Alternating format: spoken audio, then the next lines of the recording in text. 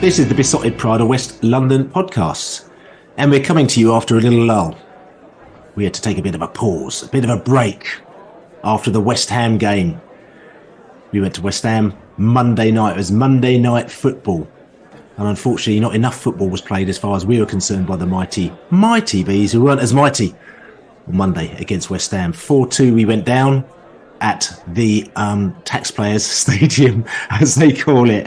And it wasn't a great spectacle, I have to say, for Bees fans. There's not a lot of things that went right. And not only will us confirm that, Thomas Frank confirmed that as well after the match. He was probably a little bit concerned with our performance. But anyway, we'll talk about that. Plus, we'll talk about lots of other things on this podcast. My name's Billy Grant. I'm sitting here in the virtual joint with my man, Laney, in the house. And last time I saw Laney, you were going off into the sunset after leaving West Ham. And surprisingly, we didn't even have a pint after the game. It was so bad, we decided not to have a farewell drink, because normally you try and kick football out of football, but it was impossible to kick football out of football in that game, wasn't it?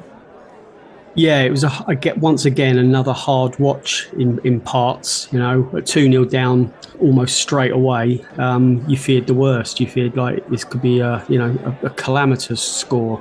So, you know, we pulled one back and stopped the rot for a little bit of time, but we couldn't really build anything. And it seemed like West Ham had won that game after 6 minutes. So yeah, a difficult trip to East London. They did owe us one, but if they're going to beat us, we would hope that we would have put up a little bit more of a show than that.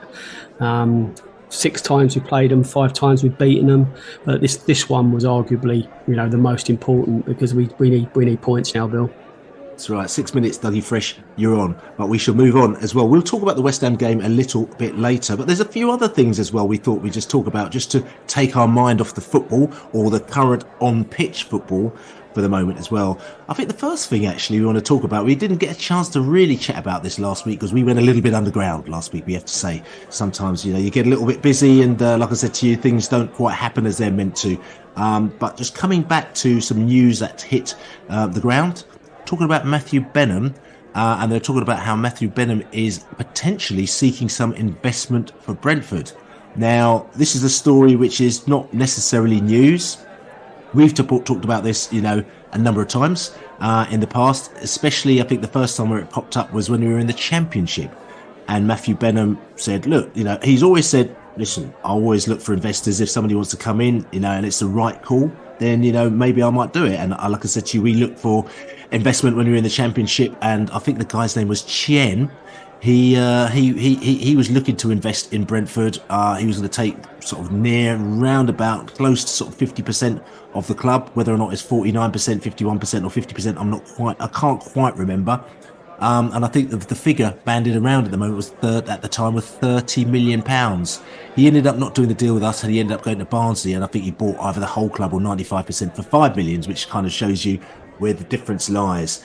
The reason why I'm throwing that into the pot now is that obviously we didn't take the investment. We still managed to get into the Premier League anyway, because I think at the time we thought we needed more investment to try and compete against the likes of your Sheffield Wednesdays, who are sort of cheating and getting loads of money, spending loads of money and cheating so that they get in the Premier League. The likes of Derby, who were spending loads of money because they were cheating trying to get into the Premier League. And we felt that we found it quite difficult to compete against those lot who were paying big wages, big money. So we thought we needed investment in. But we got to the Premier League regardless of the cheating that was going on around us. And now, so Matthew Benham still owns the club 100%, lock, stock and 2 smoking barrels. And the word is on the street that now he's looking for investment for a club that apparently is worth about £450 million.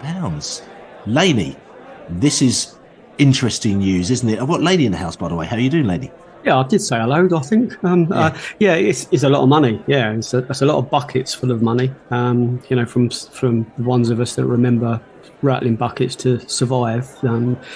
After Dave Webb and Ron Nodes had pillaged our club and have abused the ownership of our club, we were left to kind of scramble around for pennies, trying to keep the club's head above water. So for a valuation of 400 million with players coming in, 30 million pound plus now, it shows you the growth our club has enjoyed over the Benham tenure, and obviously the Premier League promotion.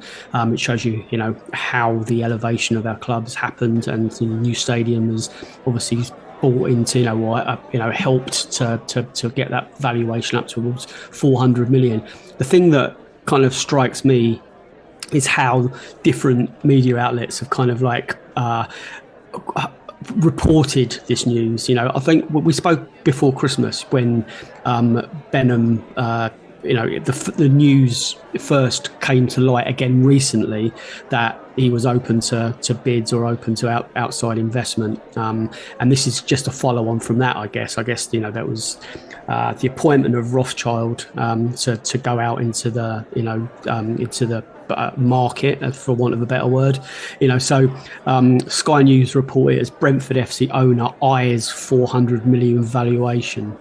The Daily Mirror, Brentford put up for sale as owner sets huge price tag. I haven't seen any for sale signs outside the ground, but I went past the other day, so maybe they've been put up by Dexter's or whoever going to put the club up for sale at the weekend. London Football, Brentford owner Matthew Benham open to selling, and then Sports Pro Media, Brentford owner Matthew Benham exploring new. So that's where I'm kind of at. He's looking into the possibility of, rather than putting a for sale sign up, desperate to sell.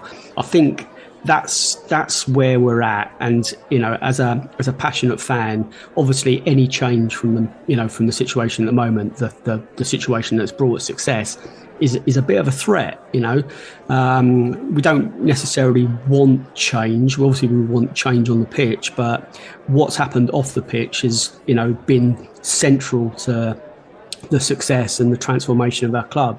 My book Brentford Revolution, it courses the whole of that journey, and without Benham, that journey doesn't happen. In fact, we probably die as a league club, but we haven't got to go over that story at the moment. It's just, it looks like he's investigating options, and he's nominated Rothschilds, one of the biggest accountants stroke fund managers stroke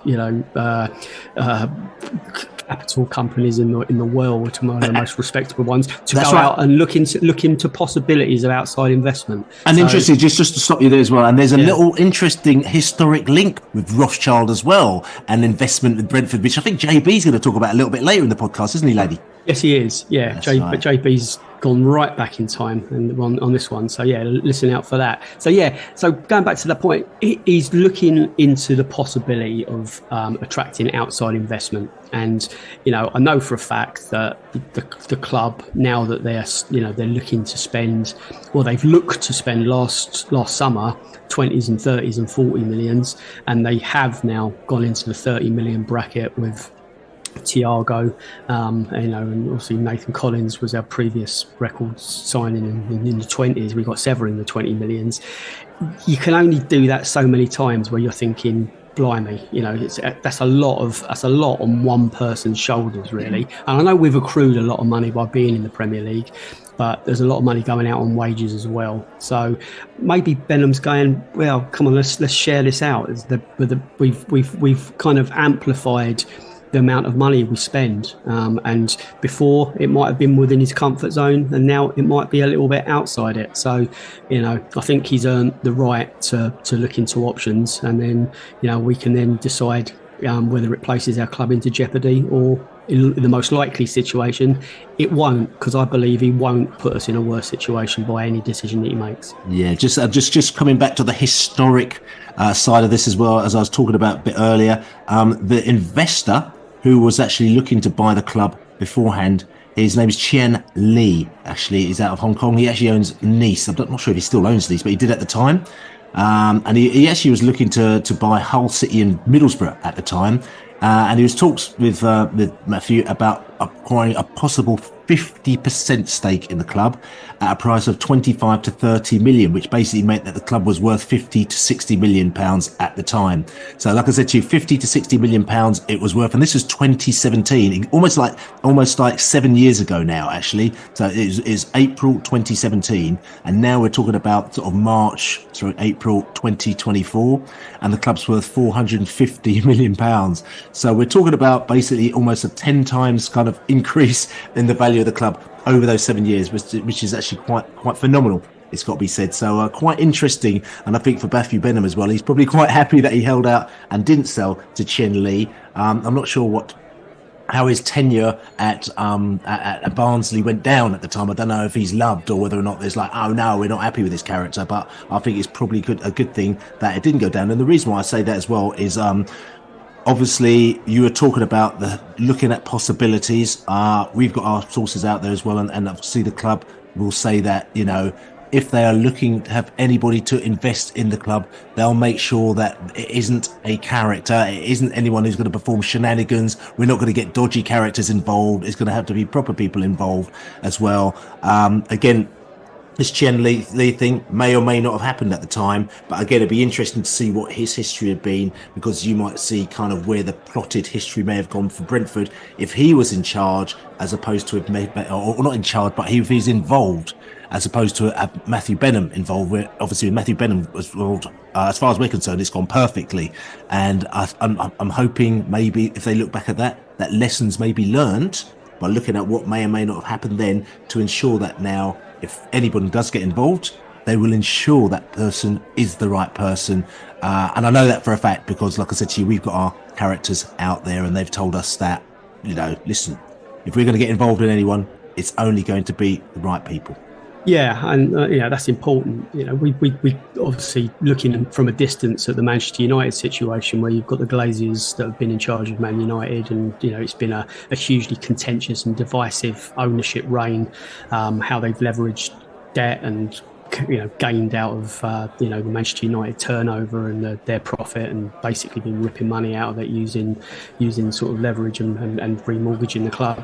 And then you got Sir Jim Ratcliffe coming in, and how that buyout or that investment is although it's probably a minority, he's actually taking over the kind of running of the club. It's we've got maybe nothing to learn from that situation, but it's just from he's seen as a kind of like a knight in shining armour. Whether he is or not, only time will tell. But that was against a situation where the owners were hated. We've got the flip of that, haven't we? We've got a situation where Matthew Benham could not be more respected by the Brentford fan base. Now I know there was times not so long ago where people were accusing him of all sorts, but fortunately people have seen the light of day now, and the success has proved his mythology to be the right, and his vision and his expertise to be the right course for our club. So someone coming in, rocking that boat, that, as I said before, it is a threat. It's a threat to the stability, and it's a threat to that knowledge base and that expertise and our cutting edge, Bill, to be honest with you. I think we've all grown to love and enjoy the way that we do things. At the moment it's hard to watch because we're losing, and we will talk about the injury crisis in a little bit. But I think we all believed if we had all our best players at our disposal for this season, Ivan Toney aside, we would have been much further up the league. So it kind of warps it a little bit because of the jeopardy of the league situation. But we don't really need any more insecurity at the moment. So we'll just see. What you said before, I've said before. You can only sell a club at that price if someone wants to come in and pay that price. I don't think it's a sliding scale of he'll take whatever's chucked at him. I think he'll accept the right amount of money from the right person or the right institution to come in and underpin what he's started. I don't personally see this as the end. I just see this as a way of kind of just sharing the burden slightly. Yeah. Indeed. So listen, I mean, there's not much point talking about it anymore, because at the end of the day, it's something that may or may not happen. But it's just quite interesting that it's been flagged up. Like I said to you, and as you said before, the most important thing about it is it's where your ceiling is at the moment now, and it's where do Brentford want to go? Brentford, to get to that next level, do believe that they're going to have to invest more. Okay, and like I said, as you said, Benham may not want to take that risk himself, so it may be a case that you have to bring somebody else in to help us to invest more and for him to reduce his own personal risk. So this is kind of where we're at. I think the fear that people may have, and I'll 100% say that I'll have the fear. You'll say you'll have the fear, is how much it's going to change the club. How much would this change the club if somebody else comes in? And also my other fear will be is when you start getting twice and third removed, because yes, Matthew Benham, if he does bring somebody in, and I said if, we don't say when, we're saying if he brought somebody else in and that person has got quite a large involvement in the club, but Matthew Benham is involved, but then maybe at some stage down the line, Matthew Benham stops becoming involved. All of a sudden you start talking about new generations, and then you start to talking about maybe other people becoming involved, and those people may not have the same kind of, the same kind of vibe as to where we're coming from. And, people may have different objectives and so on and so forth. And I think that's the fear, what a lot of fans, a lot of traditional fans may, legacy fans, as we say, may fear down the line about our club. How it loses identity, how it loses where it's come from. Listen, we understand about success, but is it all about chasing success and leaving everything behind? You know what I'm saying? Just going, throwing money. We've seen clubs lose their identity massively. Even Chelsea to a certain extent.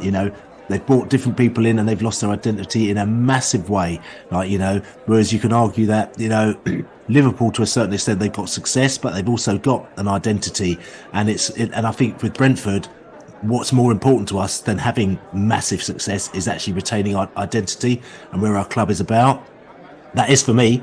It may not be the same for younger people that have come in. People have only started supporting them 3 or 4 years ago. They may just want to win. That's all they care about. And you can kind of see it online when we lose 3 games and people start losing their shit. You know what I'm saying? And start getting really angry with each other because we've lost games. And it's kind of like, come on, guys and girls, where we come from. In the biggest light of things, that isn't really, isn't the biggest problem, to be quite honest with you. That's you're happy clappy, Bill. I think that's what we're called when we say stuff like that. We're happy clappy. Winning's not the be all and end all. I said it's a concern. We'll watch this space, and you mentioned legacy fans there. And there are lots of issues where fans of a certain era or a certain age will have contrasting opinions, whether that is it was more fun in the Championship or it was better back in the 80s. One thing that we will all be united on was what a player that Stan Bowles was, and he's a player that we the character and maverick that we lost this week, Bill. Stan Bowles was an incredible player, full stop. He was an incredible player in his short-ish term with Brentford, but he's going to be hugely missed around West London. He made his name at Queen's Park Rangers. He was an incredible player there, and then when he came to us, he was still had so much to contribute. We raised our glasses, didn't we, before the West Ham game over a beer, and just kind of like sat and chatted about what he did on the pitch. He put a smile on everyone's face. He was a complicated character, haunted by gambling problems, not unlike someone else who plays in Brentford at the moment. And he was a character, as you say, Bill, wasn't he? Listen, Stan Bowles, mate, absolute character. I remember used to go to the New Inn, and he used to be sitting in the New Inn when we used to drink in the New Inn there. And I remember actually one time we in the New Inn we whacked in a video. And it was of I think you might have had the video. It was of the Evening Standard's sevens, I think it was. Five-a-sides. Evening Standard five-a-sides. And you had this video of the Evening Standard five-a-sides.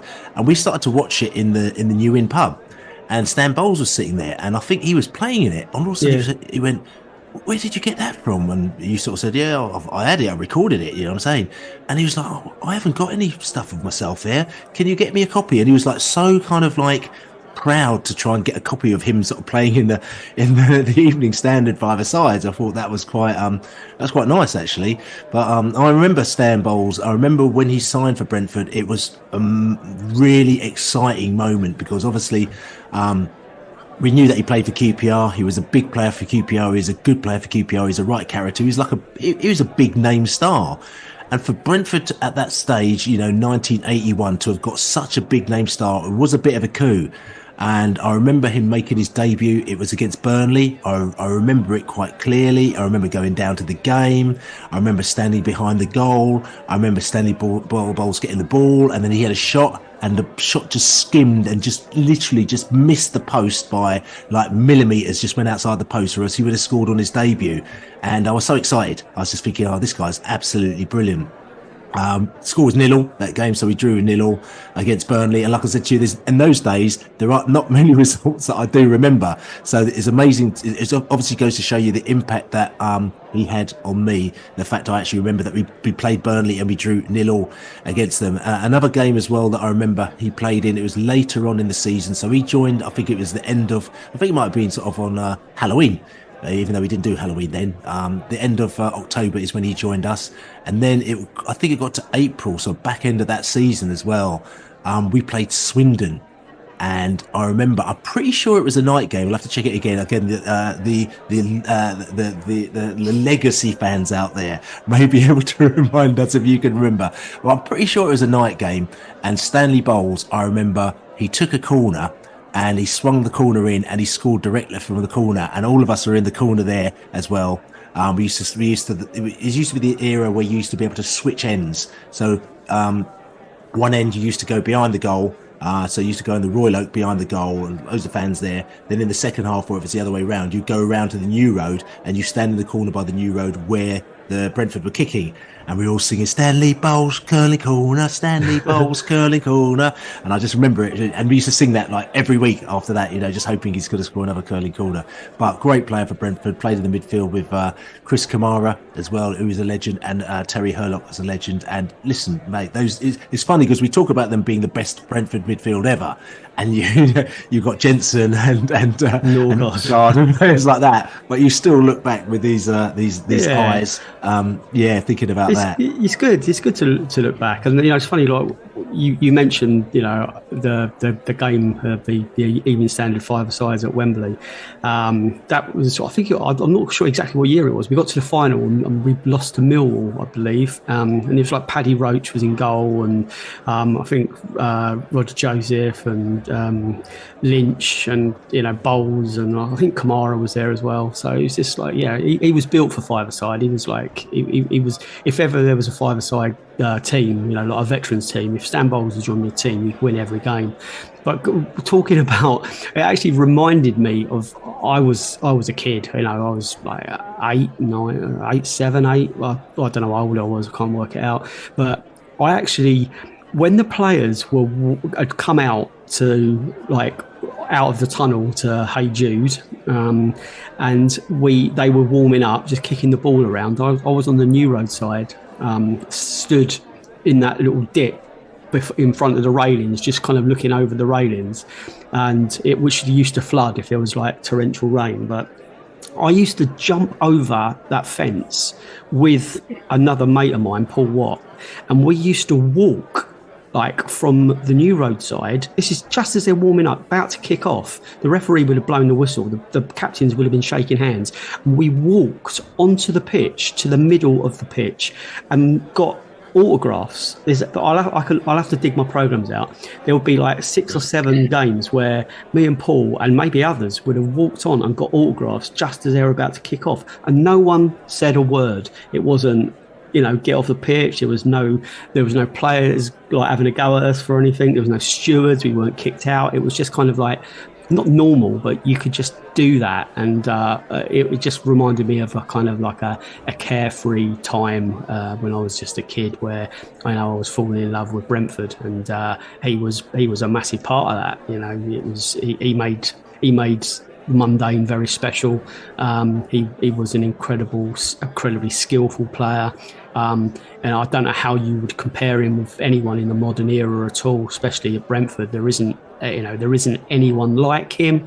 We had a conversation on our WhatsApp group, and the nearest I could get to was kind of a bit Jack Grealish, where he was kind of like, his own man. I know Grealish has to fit into a system, but given the freedom to roam and do what he wants, like he was at Villa, he had that kind of like swagger and skill, and socks rolled down by his ankles, and just getting hacked the whole time, pop up with a classy goal, just loving playing. But as I said, he'd be straight down the pub or straight down the dog track straight afterwards, and blowing all his week's wages. So rest in peace, Stan. Thanks for what you did at Brentford, and thanks for the memories, mate. Thanks. Stan Bowles, absolutely brilliant character, brilliant footballer, and he will be missed for sure. Just moving on, just coming back to the Benham investment, Laney, I'm going to ask you a question. Yes. Do you think it's a little bit of a coincidence, right, that there's an announcement about Matthew Benham wants some investment a few days after Hotter turned up on the pitch at Brentford? And like I said to you, the news has been out that Hotter has invested in some sort of tech company to do with some sort of green kind of green initiative, and he's going to become a billionaire. So Hotter's going to become a billionaire. He turns up at Brentford. He's on the pitch. Everyone's singing Hotter in the last minute from the West Stand and everything like that. And then next minute, we're talking about investment. Now, do you think maybe Hotter may be looking to hot up and put some money into the Bees? Well, 2 and 2. What does that add up to? 10, isn't it? It could be. He's a shrewd cookie, Mr. Hotter, and I think it probably is a coincidence. I don't think they would have appointed Rothschilds if it was just a handshake and a natter. But you still need someone to structure the deal. So perhaps, yeah. I mean, there will be worse. We've said before. This is when we spoke about it before. We said, Mr. Beckham is sniffing around, not sniffing around, but he's kind of like around the club a lot. Maybe he's a bit smitten with the club. And maybe Hotter and Beckham together. I mean, that's sort of two. The pin-up boys, boys of Brentford. Yeah. We'd be getting loads of headlines and stuff like that. All the stuff that we really hate. You know what I'm saying? Headlines. That's right, exactly. But anyway, interesting. So anyway, just moving on. We're talking about investment and money because we need to buy players. Of course, the transfer window is shut. We didn't quite get the players that we wanted to get. Yes, we got Reguilon. We kind of thought that we did enough that we needed to do to get over the line for this season, and then we got more players injured. We'll talk about that a little bit later. But then Brentford, in true Brentford style, thought, tell you what. We didn't quite tuck in this window, so let's go early. So the mighty Bees have gone well early on the transfer window this time, haven't they? And they've gone in and they've signed a player before the window's even open. Igor Thiago. Thiago. He comes from Belgium and he signs for the Super Bees. Thiago, Laney, that one came a little bit out of the blue, didn't it? I think he finally comes from Brazil, mate. And he does. But he's got a Bulgarian passport. That's right. So quite a complicated kind of backstory there, but his backstory is a fascinating read. But we have gone early, and I've got a Bruges supporting author, and he's not very happy with us, to be honest with you. He's like, firstly we were after their Noosa, the wonder kid, and then we didn't get him, so we've come along and nabbed their top scorer. So from what I understand, we've gone early and the deal's all wrapped up. And the deal is it's quite chunky, isn't it? 31.2 million pounds. So 36.5 million euros, and then there's add-ons included on that as well. So including the add-ons, the 31.2 million is going to be including the add-ons as well. So that's that eclipses the 23 million pounds that we paid for Nathan Collins, who people have still got question marks about, actually, haven't they? Isn't it? Yeah, it again underlines just like that's how much players, that's how much you need to spend to get Premiership ready players. Nathan Collins has made a lot of cock ups this season. He's had a few good games as well. Let's not piling on him too much, and he has been injured as well. But all the time we've got the Ivan Toney situation hovering over us. Just the imminent sale, the inevitable sale. Many people would say, I can't see us being naive enough to let the clock tick down on Ivan, especially now we've gone out and bought his replacement, and obviously we've got Sharda as well there to come back. It's a confusing picture, whilst we've got all these potentially great new signings sidelined and crocked. It's hard to know what our team, kind of the potential of this team really is. I'm looking at the league table, thinking, my God, we're not that bad, are we? But perhaps we are. Once you've taken out anyone that's was signed to push us on to the next level, and the backbone of our team, like Pinnock, and now he's out. You think Me's out. It's like, well, maybe this is maybe this is the right place for us. Just struggling above the drop zone. So, we do need to improve. Thiago is going to hopefully do that for us, but God, we need some of the sort of the backbone of our team back, and the new players as well, because it's been a calamitous season. It's been anything that could go wrong has gone wrong. I just hope the ultimate could go wrong never happens, and we survive and we can then kick on, because at the moment it's a proper dogfight, mate. That's right. I mean, it is definitely, it is a dogfight. I can hear the dogs barking outside the house there as well, outside New Griffin Park, as they call it. And just coming back to Thiago, I mean, like I said to you, he's born in, he's just outside Brasilia, actually a little town called Gama as well. And like I said to you, he it's interesting because his route in is a little bit kind of strange, because you look at how much we've bought him for, and we normally like to try and find these jewels and then get them early and then pay relatively small money for them.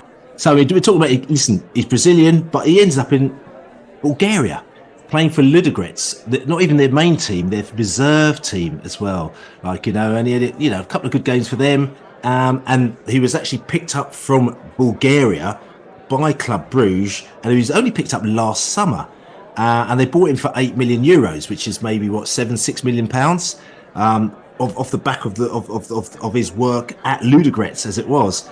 And now he's only been there for 8 months, and I think he also started off pretty slowly at Club Bruges as well. But all of a sudden, boom, he's just sparked off. He scored goals. I think he scored 26 goals for them so far this season. And now we've kind of bought him, and he's kind of quadrupled their investment in a shorter space time. So it's interesting, because that's almost like sort of quite Brentford-esque. The question that you got to ask, because obviously there's like stories going around saying that we've been tracking him for a while, and there's only a coincidence that it just happens that Nusa happened to be at Club Bruges, who we were initially trying to sign, and it fell down pretty much on deadline day when the medical didn't quite go right, and the next minute, bang, we end up going and signing his teammate, who kind of who's the centre forward. We thought that maybe it might have been a little kind of bit of like Club Bruges says, all right, okay, you can't have Nusa, but we need the money, here you go, you could have Thiago instead. But the word on the street is that we've actually been tracking this guy for a bit of time. Yeah, well, we can't afford to dick around, can we? Let's be honest. If we're gonna, we've seen what happens if you take your leading goal scorer out of the team for 8 months. You can cope, but ultimately, you're gonna struggle. We've taken 20 goals out of our team from day one this season, and now although Ivan scored 4. It shows that we can't take risks with kind of like rookies coming from necessarily the lower leagues in this position, and that's going to come at a premium. We're going to have to pay big money for an Ivan Toney replacement if we're expecting a similar kind of return. I think it would be great if there was a kind of a rookie homegrown stroke coming through the Brentford kind of more traditional scouting network of a striker, as a backup. We don't seem to have that at the moment. It's, all our eggs are pretty much in one striking basket, in the same way that they were with Rico Henry at left back. There wasn't really a backup, and you take Ivan out of the team, there's not really a backup. And so we need to look at that in the summer as well. I think, we had, Marcus Force, but we had to let him go to kind of flourish elsewhere. And he wasn't a like for like replacement for Ivan anyway. They were different players. So yeah, it's an area that we're probably going to have to invest even more money in, Bill. If I'm honest with you, because we can't let one injury put us back in the situation we were up until Ivan came back against Forest. So yeah, it's more money is inevitably going to be spent if we want to kind of underpin our Premiership credentials, and we don't kind of go through this kind of like looking over your shoulder every season. It's a toughie. Yeah, it is tough. The one thing I would say to you though is, you're sort of saying we need to get this homegrown player in, it goes with our traditional roots. If you noticed, Thiago came out of nowhere, right? There's no sniffs on him. It's all of a sudden, bang, we've just signed him, and we've signed him for a lot of money. We mentioned this before on the podcast. The problems that we seem to be having at the moment now is that anytime we try and sign a player, the word gets out, the agent probably puts the word out, boom, you go out there. And as soon as there's any sort of kind of prolonged period of time, like say for example, a massively long transfer window. And that's why for Brentford, it's much better for us if the transfer window was a week or 5 days. Because at the end of the day, that month is just nonsense anyway. There's all sorts of rubbish that just doesn't happen in that time. Might as well make it 5 days and people could do their business, bing, bang, bong, and it's done. But when the word gets out, we struggle to sign these players because people go, Brentford are after them. And then next minute, like I said to you, Tottenham or whoever else is just puts in loads more money and we're out the loop. This scenario, we obviously managed to get the deal done very, very quickly. They took a risk, but the reason they thought is that if he's scoring goals, his price will go up in the summer and then we won't be able to get him. And we're at that situation now where we need to be moving fast all the time and moving underneath the radar. And I think this is what's happened here. And I could imagine that there'll probably be a lot more kind of under the radar stuff happening, maybe deals being done in the background where we're kind of trying to tie players up maybe a lot further in advance, taking them risks, maybe sort of loaning them back even to their parent clubs. Like with, Thiago, I mean, we could have signed him and brought him in recently, but apparently he wanted to continue to help his club in Europe, which is fair enough. So like I said to you, interesting times for us. And like I said to you, we won't know until into the new season how much of a risk we've taken on this character, but fingers crossed it'll be a good gamble. Yeah, I'm hoping so. And we touched upon the injuries as well, Bill, that we've had to endure this season. And before we go talk about the West Ham game, I don't know if you saw the BBC Sport stats that came out. I think it was yesterday, that kind of lists every Premiership club, how many injuries each club have sustained, in terms of like a number of players and how many days lost of the season, like the cumulative loss of the season. And it just underlines what we kind of suspected, that Brentford have been hit not necessarily the hardest, second hardest in total days lost of any other club in the Premiership. So Newcastle, the much reported Newcastle injury crisis, 1,333 days lost this season, Newcastle players. Brentford 1,159. Sheffield United, Chelsea just behind them, 1,091, and then Sheffield United 1,081. So well over 1,000 days of our players and accumulated loss, and a lot of them are such important players to us. And I think that's inevitable in teams like Brentford, where our squad isn't that deep in terms of like top class quality. I think Newcastle probably are in the same similar-ish boat, but like Chelsea have got quality goes quite deep in that squad, so it's going to affect us probably disproportionately than most others. So that was a kind of interesting in a kind of a bit of a grotesque way, but it kind of like underlines what we all thought. And then obviously on top of that, Ivan Toney, which wasn't in that data at all, so they were just injuries. Toney's was a suspension, so we when you take Toney into the equation, we would have been affected by absentee players more than any other club in the Premier League. Yeah, 100%. 200 odd days on top of that, we would have eclipsed the Newcastle total. I mean, just to let you know, this is on Premier Injuries, PremierInjuries.com as well. So if you have a look at PremierInjuries.com, it will show you this little chart here. And just to give you an idea as to, because you're thinking, what is 1,000 in comparison to? So the bottom of the team with the least amount of players days lost due to players injured was Wolverhampton Wanderers. 316 the days lost. Okay, and then West Ham with 331. We played West Ham obviously kind of a few days ago. So again, you're looking at sort of West Ham, who basically in effect have had no injuries, against Brentford, who have had a million injuries. Like I'm saying, Bournemouth 567, Arsenal 771, Fulham 616, Man City 565, Everton, who are kind of in and around the same areas as us, is 555. And Burnley 778. So you can kind of get an idea as to kind of where we're at and the problems that we're having. Luton 716 as well. So yeah, we're definitely in pickle zone when it comes to players lost, but it's not something that we didn't know at all. There's kind of that. It does. I've looking at the Twitter.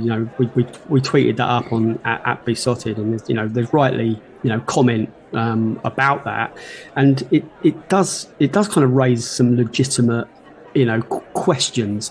Have we been just unlucky? Game time injuries surely go down to unlucky, or depending on the challenge. But then is there outside? Are there other factors? Is our rehabilitation? Is there an issue there? Is it a training issue? Is it a player management issue? Are the club getting something? Is something changed in the training setup at the same time that's contributed to that big number? Or literally, is it just sod's law? Is it just a shit season? Is it literally all the injuries coming at the worst possible time all together? We saw Pinnock's injury was in game, so that's not a self-induced in inverted commas injury. So it rightfully people are kind of also saying, is it just Sod's law, or has something changed within the training ground setup? Or Laney, something else that you did actually manage to sort of you flagged this up. Oh yeah. 4 out of, was it you that flagged it up, or maybe somebody else? 4 out of the 5 teams, who went to America on the pre-season tour have got quite horrendous injury records. Was that a really good point? Is that a really good point? If it is a really good point, it was me that said it, and if it's a really dull point, it was someone else. Yeah, it was someone else actually. No, no, it's true. It's true. There's. I'm sure that's coincidence, but yeah. I don't think there's going to be a tour this year. That's the other thing. I think the club are going to make a decision to get pre-season done as a kind of like a proper pre-season rather than an exhibition. Yeah, it'd probably be behind closed doors. It's not fact, but from what I'm hearing, there won't be a trip to America this summer. Yeah, okay. Which is, listen, we've done what we had to do. Like I said to you, little Nashville trip, which I know that you're still pondering on, Laney, but we will talk about that. All the Americans out there, they'll know exactly what we're talking about. Finally, been quite a long intro this, but that's because we don't want to talk about the football that we've played or didn't play on Monday night. I just want to talk about the Football Blacklist. Congratulations to Marcus Gaye, Brentford's very own Marcus Gaye, who was nominated onto the Football Blacklist a couple of days ago as well. The celebration event is going to be in a few weeks' time down in Clapham. as well. So we shall be down there for that one as well, which is, like I said to you, big congratulations to Marcus Gaye. The Football Blacklist was founded in 2008 by Leon Mann and Rodney Hines, sports journalists as well, and it highlights dedicated and influential individuals from the black community who are working in football, who make a difference within the community at grassroots level and also within the senior levels of games as well. So supported by the FA, PGML, LMA, Kick It Out, Football League, loads of different people involved in it. It's a massive event. It's grown bigger and bigger and bigger over the years, and he's in this team company. Marcus Gaye on the blacklist. The first, I think, Brentford person to actually go on the blacklist was Lorna Falconer, who was on the practitioners in 2019, I think it was. Ivan Toney was nominated on the blacklist last year, along with myself. He was on the players and I was on the community and grassroots, was nominated onto that. And then Marcus Gaye is on the blacklist this year for his work that he's done within racism and diversity. So big up Marcus Gaye. Brilliant guy. He's done loads of stuff with us over the years. We've known he used to stand on the terraces of us back in the day. We used to do interviews with him back in the pub when he was playing for Brentford. And yeah, he's always been there to support, and he's been doing some great work. So well done, Marcus. Very proud of you. And I'll see you on the 21st. I was actually on the judging panel for the blacklist this year as well. So I knew that Marcus actually got the award, but I had to keep it stum because, all that kind of stuff, like, embargo and all that business, which is all good. Well, yeah, well done. And I'll have a good night, Bill. That's what I say. It should be all good. So listen, I know when we didn't have a good night at West Ham on Monday night. Do we have to? What we're going to do, go on. We're going to go away. We're going to have a little drink. We're going to come back and we are going to talk about West Ham. Bloody bubble machine. West Ham. We tried to make a go of it, West Ham, and I'm not talking about the team here. We're talking about us. We tried to. We probably sort of envisaged a kick football out of football day, so we met relatively early, mid-afternoon. We went to the city. We actually went to. Where did we go to? We went to that market. What was it called again? It was like the old Bishopsgate. Bishopsgate. Was it Bishopsgate Market? No, it wasn't Bishopsgate Market, but yeah, it's up there somewhere. It's near Bishopsgate. Yeah, that market that. I've been there for years, that it's completely changed, between there and Old Street as well. And so we had a few beers there. Just cool before heading over to Hackney Wick. Had a few more beers there before the match. And to be quite honest with you, we got into the game. The game started. We were 2-0 down after 6 minutes. And it was the first time, and I'm not saying that I was going to, but the first time you sort of thought, tell you what, should we just, maybe go back and watch it in the bar? Because it looked like it was going to be that bad. We literally were just like sucker punched, and we looked like West Ham they were on it. They were like, they were just buzzing around, energy, just having a go. And we just looked like we were just not at the races. And it was one of those ones where you think, we may have to, but no. You stay and support your team. Unlike the West Ham fans who left in their droves weeks before when they got absolutely pumped by, was it Arsenal? No, we decided to stay, and we just had to suck it up. And Christ almighty, did we suck it up, didn't we, Laney? Yeah, I mean, on that note, I was surprised, it seems to be the norm now that you concede a fourth goal and everyone just goes home. But that wasn't the case. There obviously were people that went, and everyone's got the right to do what they want. But most Brentford fans stayed right to the end, and that was quite impressive under the circumstances. I wish I hadn't gone.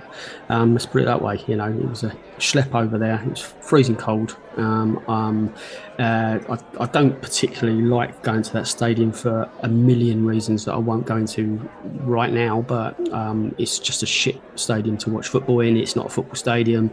It's odd. We were to the right hand side of the away section, right next to the West Ham idiots to the right of us, who literally didn't watch the game. They were just hurling abuse at like 3 people pretty much throughout the game. It was humorless.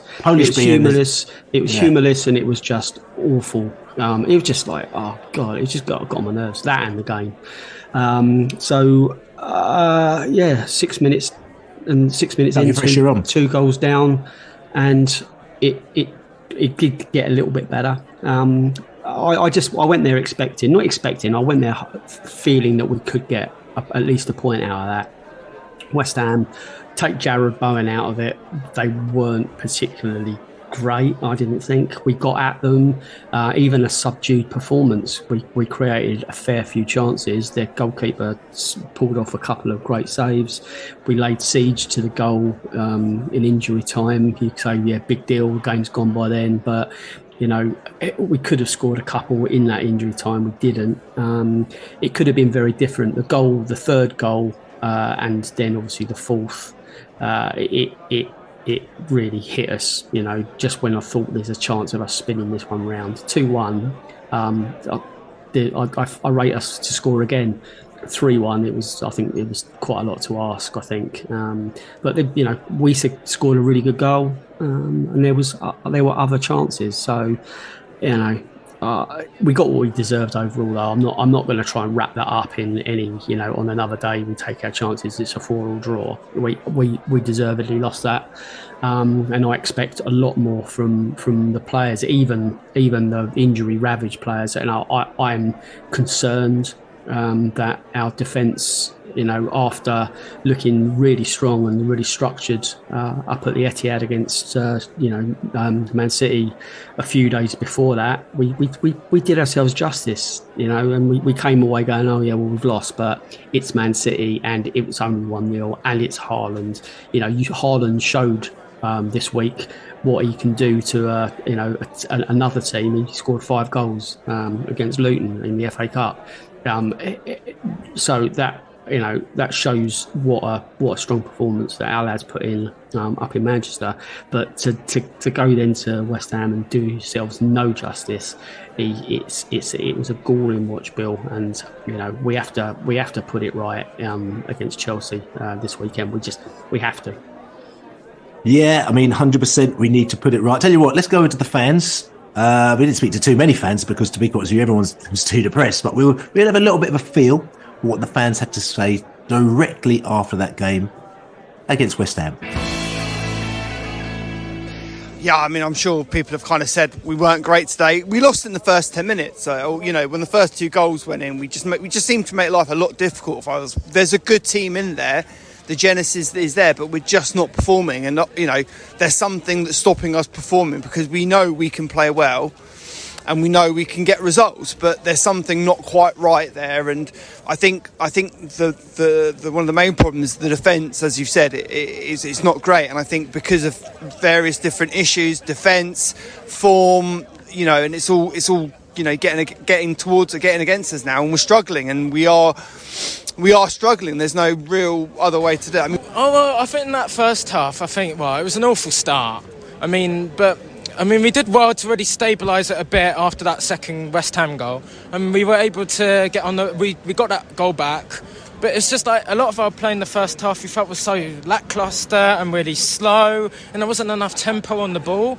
And we never really, apart from the goal in that first half, we did nothing else. I don't even want to talk about it. Basically, at 4-1, we look good. At 4-1, we look really good. We come alive. We started passing the ball. We started putting balls into the box. 6 minutes in, we're 2-0 down. And if I'm honest, even at 2-0, you sat for okay, and then we come back 2-1, and you sat for if you could just get a cheeky goal, and then it's 3, then it's 4.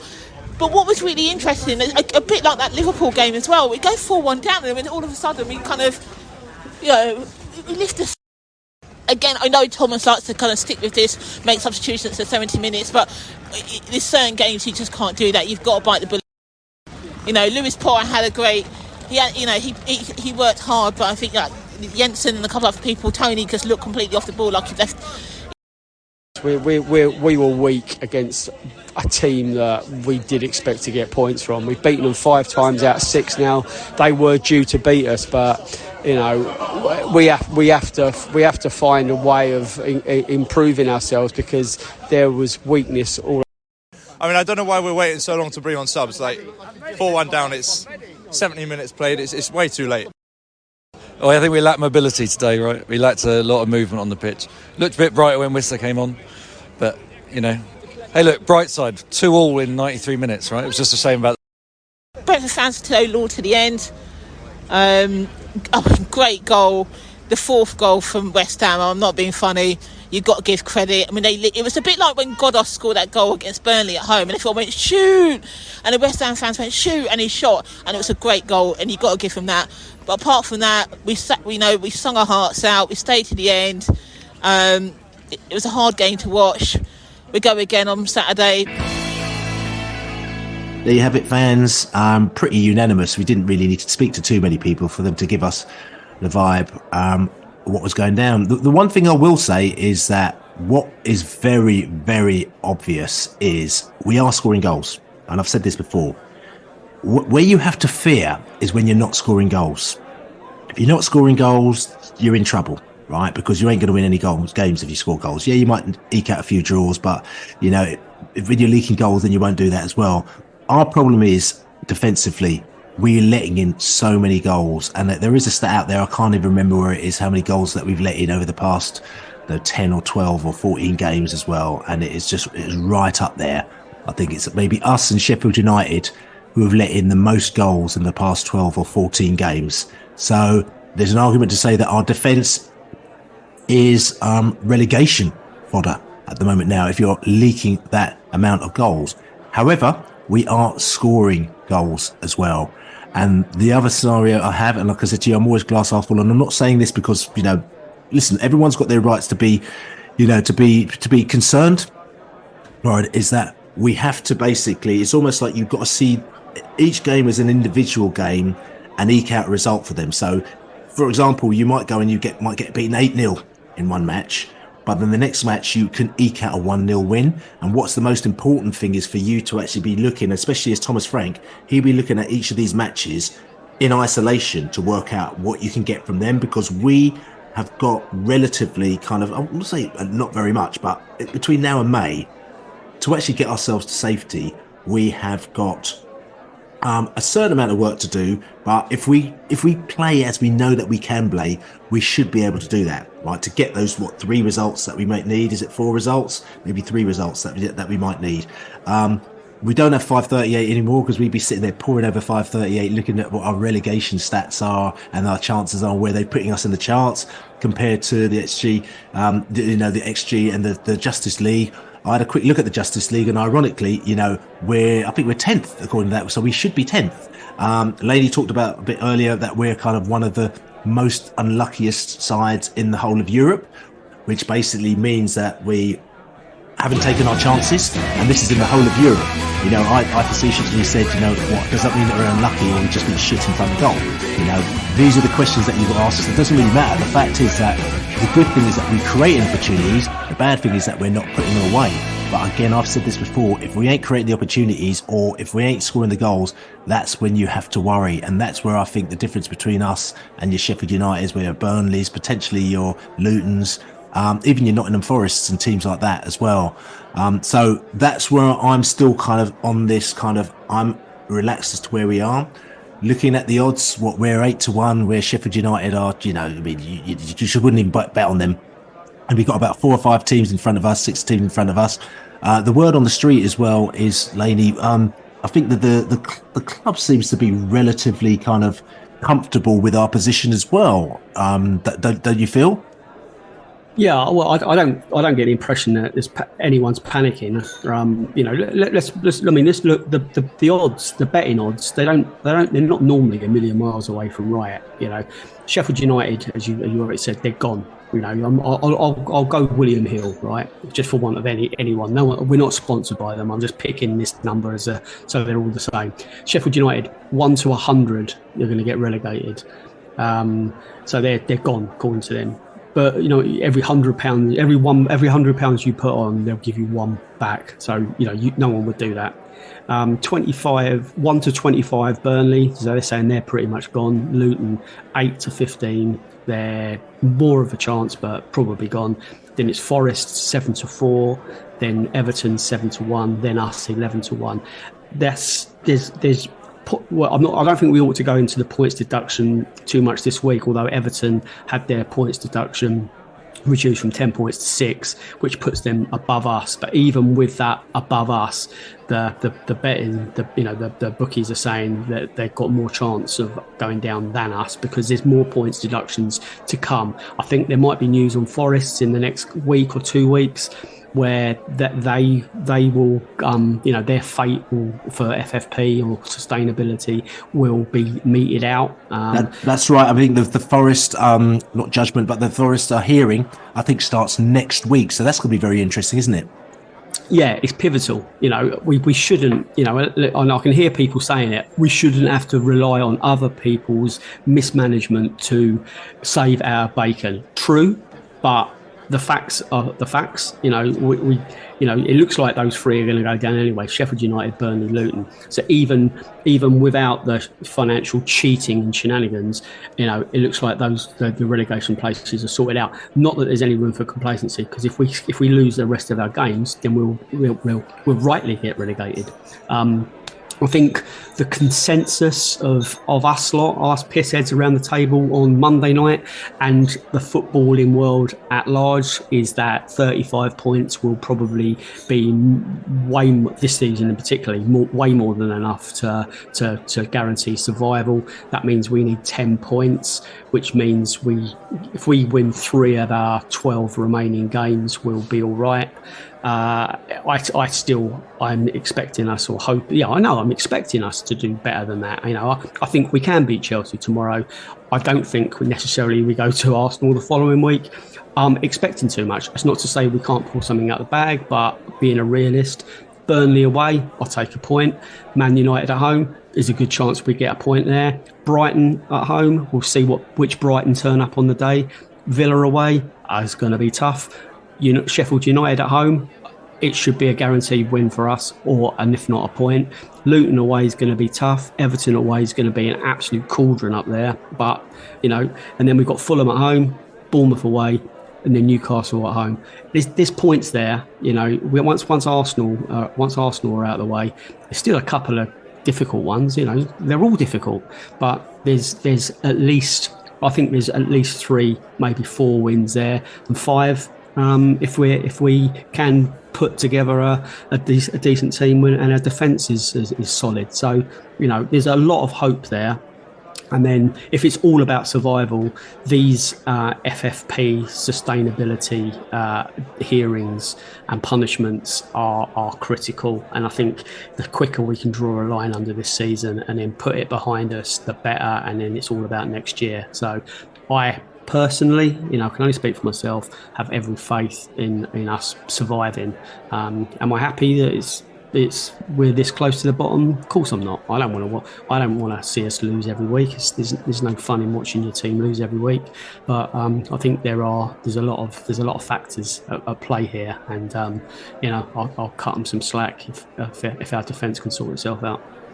Yeah. So talking about players sorting themselves out, let's just look at that. Go back to the match again, and let's to see who actually did sort themselves out on the pitch. And the Besotted Global Player of the Match was Keane Lewis Potter. Second was Norgard, and third was Maupay.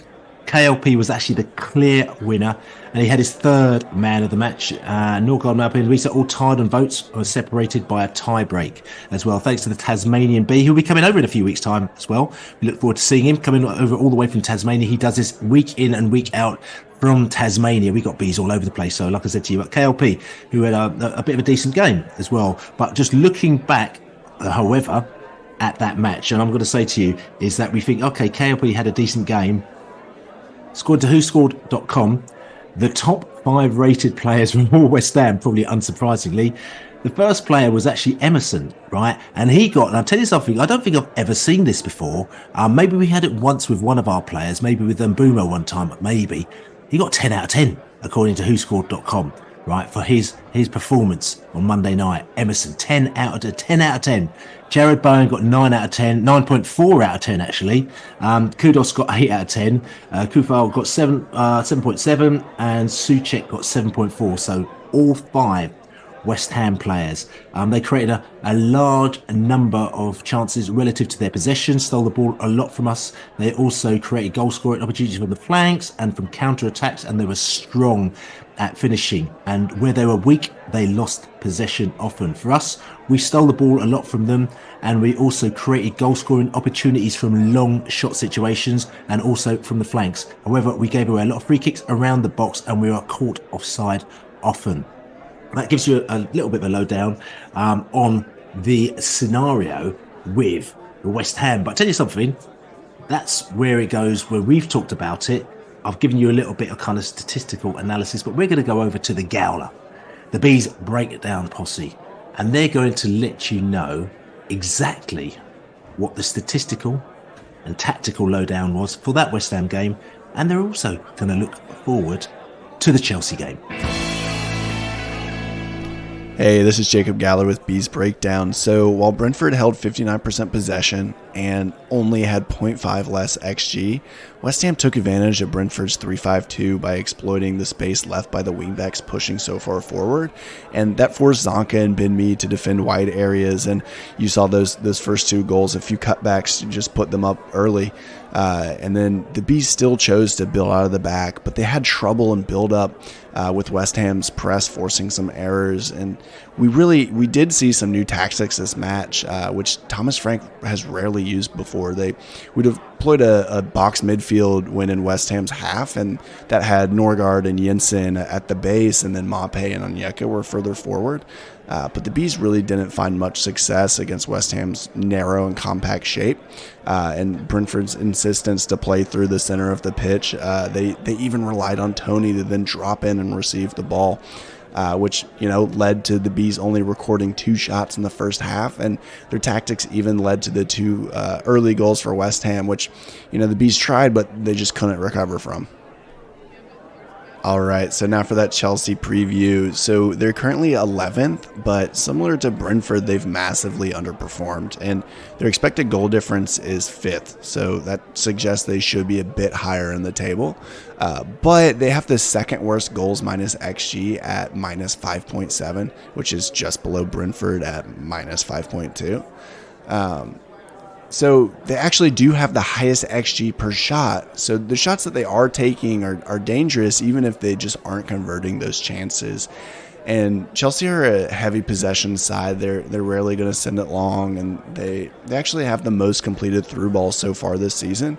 And some of those through balls are coming after quickly winning back possession through defensive actions, which is what Brentford have been struggling with recently. So I think Thomas Frank is going to make a fair amount of adjustments and go back to more of that counterattacking football against Chelsea that's given them trouble in the past. So there you go, the Gowler Bees breakdown, giving us a bit of a lowdown of what went wrong at West Ham and what's not going to go wrong at Chelsea.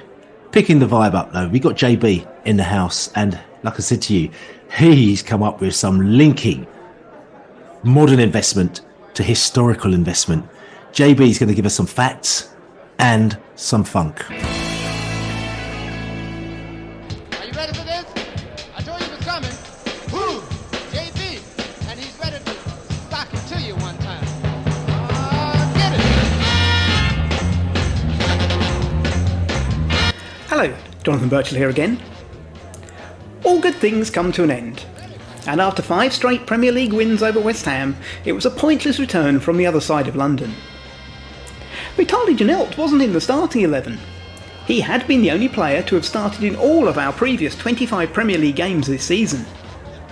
We conceded 2 goals in the first 7 minutes, matching the start we made at Aston Villa last season. Johan Wissa became our first substitute to score in an away game this season. Thomas said afterwards, when you score 2 goals, you expect to get something from the game. He's right. We've scored 2 in 45 of our Premier League games, which have resulted in 33 wins, 9 draws and just 3 defeats. The losses have all happened in London. Before West Ham, there was Spurs a few weeks ago, and at Fulham last season. With 26 now played, we're still only just at the start of the final third of the season. Away from matters on the pitch, Just short of 100 years ago, Gunnersbury Park passed from wealthy private ownership to local councils. The estate was originally much larger and would have incorporated the land on which the G-Tech now stands. Indeed, Lionel Road was named after a family member. Back in 1903, Brentford decided to change the stripes on our shirts from claret and blue to blue and gold to reflect the racing colours of Gunnersbury's owners. It was thought that they were changed in hope that they might encourage their investment in the club. Last week came the news that Matthew Benham has appointed a firm to potentially explore new investment interests for the club.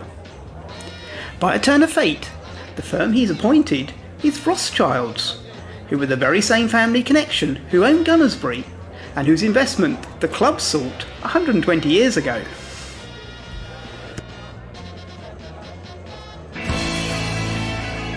So there you go, JB with facts and funk, and just going back, we were talking about relegation, and we were going through the odds and everything like that, and there's one team as well we talked about, Burnley, who we feel are very much in a relegation mire. If you talk to any of our two Burnley chums as well, they feel that they're actually in a bit of a pickle, and they're in two minds as to how they should deal with their manager. Some of them are thinking that their manager should leave, and other of them think that they should actually kind of go back to the Championship where he can reset. I know Vincent Kompany, you've done a book. You've done his book, Laney, and the interesting thing is that Vincent Kompany is also somebody who got voted on to the Football Blacklist this term as well. So sort of kind of one of your book people is also on the Football Blacklist, lady. So there's lots of links into Brentford and relegation and all sorts of stuff, isn't there? Yeah, I'm just waiting on Burnley's fate really to work out when to launch the book. It's called Company: The Making of the Man, and it's not about his time at Burnley. It's about his life and his parents and his dad and growing up and his involvement with charity work in the Congo or the Democratic Republic of Congo or Zaire. He's had lots of names, the Congo. And the Belgian legacy of their reign and they're part of the Belgian Empire. It's a fascinating book. It's about him growing up and how he's turned into the person he is. So I just need to know whether Burnley are going to stay up or get relegated. Where they're going to get relegated, but I just need to finish it. It'll be out for next season. It's not a Burnley book, but I just need to. Obviously, it needs to be topped and tailed properly. So that's interesting. But I know I was up in Burnley last Thursday doing some work on the for Blackburn Rovers, funny enough, and I went over to see a Burnley author, and they're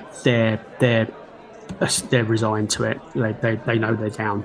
It's all about next season, and they think that he'll be still there, which is interesting. It's not very Premier League, is it, to kind of allow a manager to take you down, but interesting. It's not quite as toxic as it would be elsewhere, I don't think, but I think they probably knew fairly early that it was almost an impossible task to survive.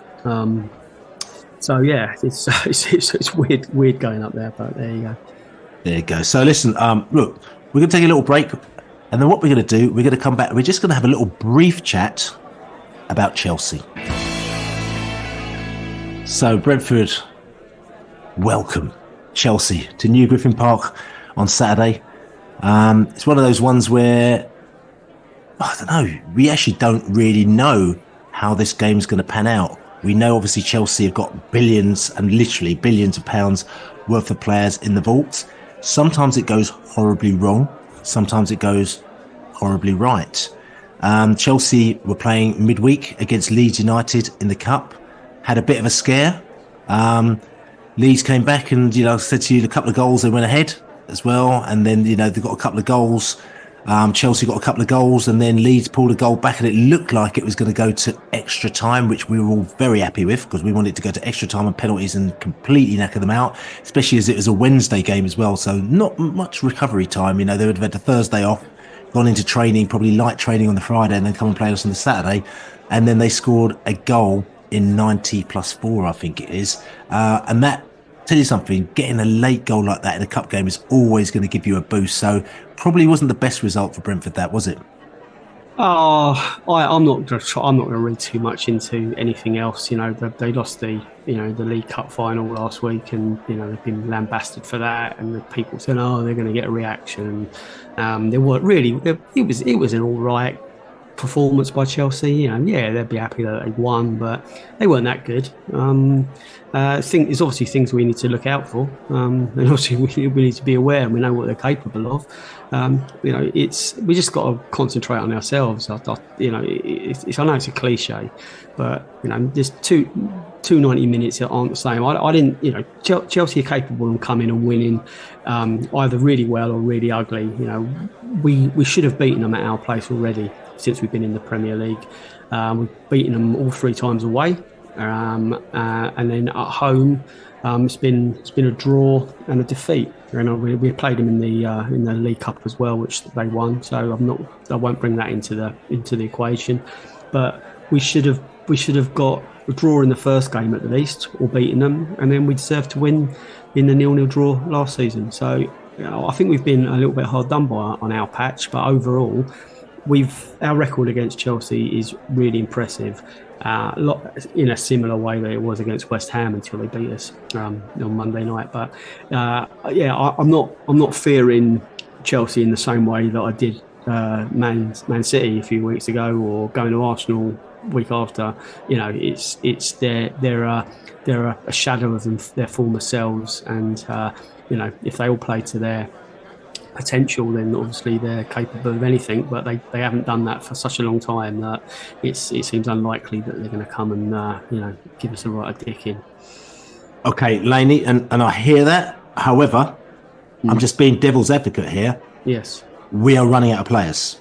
Yes, I mean, literally, we're running out of players, and we don't seem to be able to keep a clean sheet. We have absolutely just let in goals left, right, and centre. And we don't seem to be capable of not letting in goals left, right and centre. We have a defence which seems to change every single week. Every time we get a player coming back or a player look like he's good, boom, then he goes out and then we have to change it again. Yep. And this doesn't bode well for, love them or hate them. They have got some good players in their side. And we're gonna have to be on the money. When we played up at Chelsea, don't forget that first half, it was a little bit like the Alamo, and we kind of got away with it a little bit, and then we hit them on the second half, and we also hit them with a bit of pace that we had with Brian and Bumo, not the pace with obviously with Neil Maupay, because he with that goal he was like running backwards with the second goal that we scored as well. But we hit them with pace, so we're lacking quite a lot of elements. Not saying that we can't do the business this time, but this is a very, very different team that beat Chelsea at the beginning of the season. Yeah, it is. It's daunting. Yeah, I 100% agree with you. I know the odds are kind of stacked against us with players disappearing, and I'm not comparing this Brentford team to the Brentford team we played them earlier in the season, or certainly not last season or the season before. They've got the luxury of being able to pick pretty much who they want, and we haven't. So if we can get anything out of this game, it will be a massive achievement. I don't underestimate the magnitude of the task ahead, but I get a vibe sometimes, and I don't see us getting properly turned over. Chances are we probably will, but they should be stronger than us. The odds, they're odds-on favourites, but I do expect us to dig deep, and even with teams where we've rested players in the League Cup against them, we've done all right. So we need big performances though, and I hope we can get that from all 11 that are on the pitch. Okay, so just coming back to the game itself, we had another injury as well, and quite an important injury, because defensively we've been struggling. And Ben Mee looks like he went off, and the word on the street is that he's not looking too clever. So let's just presume that now Ben Mee also is out, who is our probably 745th defender who is going to be missing this season. So with Ben Mee out, and so we got Aya and Zanka in defence at the moment now, if you're going 3 at the back, which we normally go against sides against Brentford. So are you expecting Roslev to come on? And formation wise, I don't know how this. Yeah. I mean, formation-wise, anything's possible, I guess. But Roslev has to come into the equation. We've also talked about Norgard coming back into the back line. Is Janelt going to come into the back line? We are clutching at straws there. It's not great. Obviously Zanka is going to be important. I can't dress this up in any other way apart from it being really, it's going to be a difficult selection, and I'm sure we'll be scratching our heads going, oh my God, how's this lot going to cope? But I just have to back them, Bill. Until they prove us wrong, there's no point in us writing this game off already, is there? There's a good chance we can get something out of it, but it's going to be a random team for sure.